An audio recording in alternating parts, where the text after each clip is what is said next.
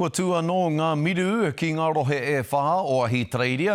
E pai ana i nāene kia rere rāhui kore tātou ki te tonga o Ahitreiria, Tāhimana, Wikitoria me ACT. Hioi anō, kei te kati tonu ngā miru ki a New South Wales me Queenie Whenua. I kororo a te Ōkiwa McLean ki tētahi whānau, no te whānau Apanui, kua mau ki Ahitreiria. Engari, e whakamomori ana rātou ki te hoki mai ki te kāinga.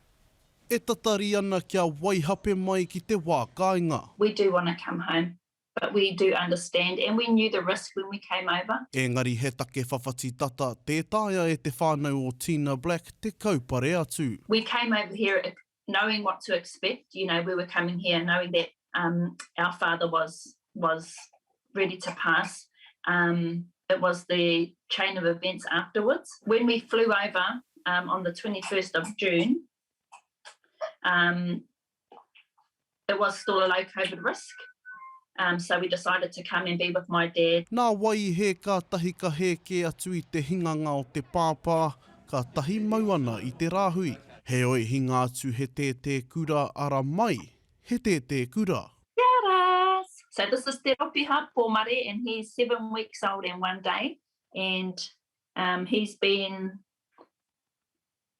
here, we've been here for 15 days today, and he's been our little saving grace through everything.